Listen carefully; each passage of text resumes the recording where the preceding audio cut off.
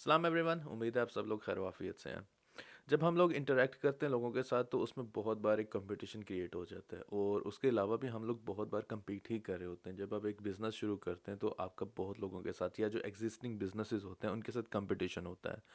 जब भी आप किसी गेम में इन्वॉल्व होते हैं तो ऑटोमेटिकली आपका एक कंपटीशन क्रिएट हो जाता है। इवन जब आप स्कूल में थे, आप कॉलेज में थे, यूनिवर्सिटी में थे, अगर आप कोई पोजीशन होल्ड करना चाह रहे थे तो ऑटोमेटिकली आपका बाकी सबके साथ एक कंपटीशन बन जाता था। So the world is full of competitions. तो अगर अभी सिर्फ मार्केट की बात करते हैं तो मार्केट में जो कंपटीशन होता है उसके बारे में एडम स्मिथ एक इकोनॉमिस्ट ने ये बोला था कि जो मार्केट कंपटीशन होता है, अगर मार्केट कम्प्लीटली परफेक्टली कंपेटिटिव है तो हर कोई अपने इंटरेस्ट के लिए काम करे तो मार्केट अपने आप एक इक्विलिब्रियम तलाश कर लेती है और मार्केट ऑपरेशंस स्मूथली चलते रहते हैं। लेकिन उसके लिए परफेक्ट कंपटीशन होने होने की ज़रूरत होती है। परफेक्ट कंपटीशन ये होता है कि एक पार्टिसिपेंट का जो डिसीजन होता है या एक पार्टिसिपेंट की जो चॉइस होती है वो बाकी पार्टिसिपेंट्स पे कोई ख़ास असरअंदाज नहीं होती। लेकिन ज़िंदगी में मामला अलग होता है। एक मिसाल ले लेते हैं, एक बैडमिंटन की गेम है और दोनों जो प्लेयर्स हैं उनकी यही कोशिश होती है कि वो जीतना चाहते हैं, लेकिन एक की जीत और एक की हार होती है। तो उसमें दोनों अपने इंटरेस्ट के लिए काम कर रहे हैं लेकिन दोनों को उनका बेस्ट इंटरेस्ट नहीं मिलता, एक को हारना पड़ता है और एक जीत जाता है।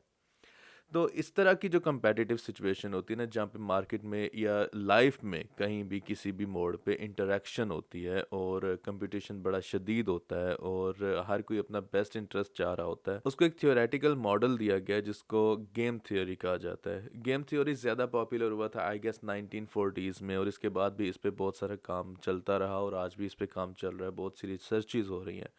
अब गेम थ्योरी का जब आप नाम सुनते हैं तो आपके माइंड में एक गेम ही आती होगी, जबकि इसकी एप्लीकेशन मैथमेटिक्स में होती है, इकोनॉमिक्स में होती है, पॉलिटिकल साइंस में होती है, कॉन्ट्रैक्ट लॉज में होती है और बड़ी वसी इसकी साइकोलॉजी में इसकी एप्लीकेशन है। मतलब एक वसी फील्ड है ये। तो मैं आपको थोड़ा सा बताता हूँ कि गेम थ्योरी है क्या।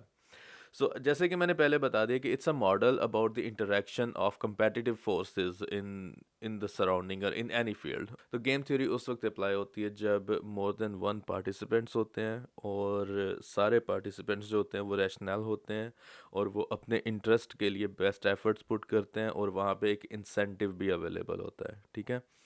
इसकी सबसे जो कॉमन एग्जांपल दी जाती है ना गेम थ्योरी की समझाने के लिए, और सबसे बेस्ट एग्जांपल वो है द प्रिजनर्स डिलेमा। अभी मैं वो आपको समझाता हूँ कि वो क्या है। प्रिजनर्स डिलेमा में ये होता है कि लेट्स से पुलिस ने दो लोगों को अरेस्ट कर लिया है, लेट्स से कि गाड़ी चोरी करने के जुर्म में। दोनों के खिलाफ कोई भी सबूत नहीं मिला और दोनों में से कोई भी कन्फेस करने को तैयार नहीं है और पुलिस को एक तरीका मिल जाता है।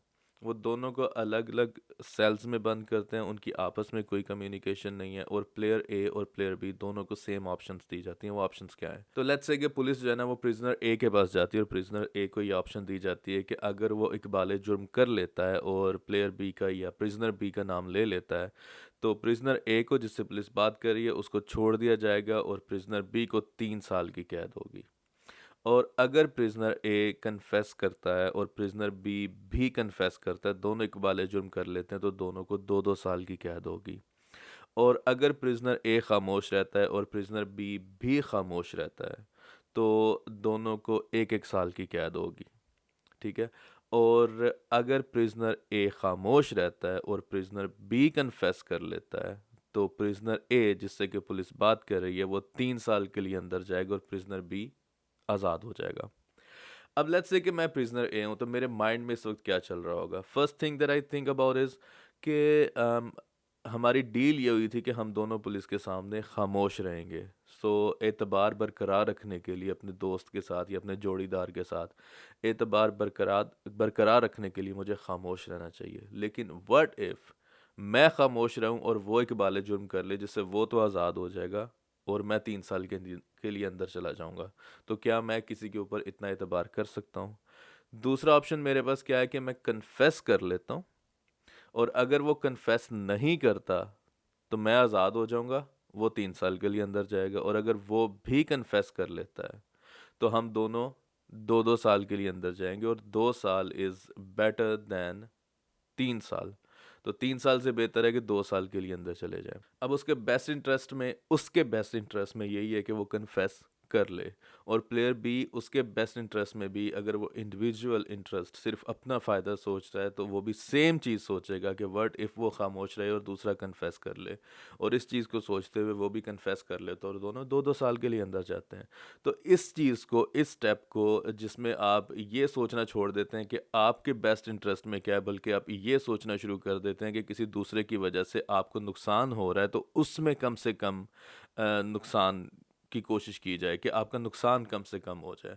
तो उसको कहा जाता है नैश एक्विलिब्रियम। और जो नैश एक्विलिब्रियम होता है ना, ये ओवरऑल सोसाइटी के हक में नहीं होता या सोसाइटी के बेस्ट इंटरेस्ट में नहीं होता। जैसे इन दोनों प्रिजनर्स की एग्जांपल ली जाए तो इन दोनों का बेस्ट इंटरेस्ट इस चीज़ में है कि दोनों खामोश रहें, लेकिन सिंस वो एक दूसरे पे एतबार नहीं कर सकते तो वो दोनों कन्फेस कर लेते हैं और यही उनका इंडिविजुअल बेस्ट इंटरेस्ट बन जाता है। अब इसकी एक रियल वर्ल्ड एग्जांपल देख लेते हैं। तमाम पॉलिटिशियंस जो होते हैं, जो जितने सियासतदान होते हैं, वो अवाम से झूठे वादे क्यों करते हैं? वो अवाम को ऐसे लारे क्यों लगाते हैं और सब्ज़ बाग क्यों दिखाते हैं, जो उनको खुद भी पता होता है कि ऐसा मुमकिन नहीं है, और बाद में उनको एक बेइज्जती का सामना भी करना पड़ता है। होता ये है कि लेट्स से कि पार्टी ए और पार्टी बी, ये या पॉलिटिशियन ए और पॉलिटिशियन बी, ये दोनों इलेक्शन में पार्टिसिपेट कर रहे हैं और ये दोनों बैठ के डील करते हैं कि ये आवाम से किसी किस्म का कोई झूठ नहीं बोलेंगे या किसी किस्म का झूठा वादा नहीं करेंगे। अब सेम मामला प्रिजनर्स डिलेमा वाला कि पॉलिटिशियन ए बैठ के ये सोच रहा है कि हमने कॉन्ट्रैक्ट तो कर लिया, डील तो कर ली, लेकिन व्हाट इफ़ जो पॉलिटिशियन बी है वो लोगों के पास जाए वोट मांगने के लिए और उनसे तरह तरह के मुख्तलिफ वादे करता रहे, तो लोग उसकी बातों में आ जाएंगे और जो पॉलिटिशियन ए है वो इलेक्शन हार जाएगा।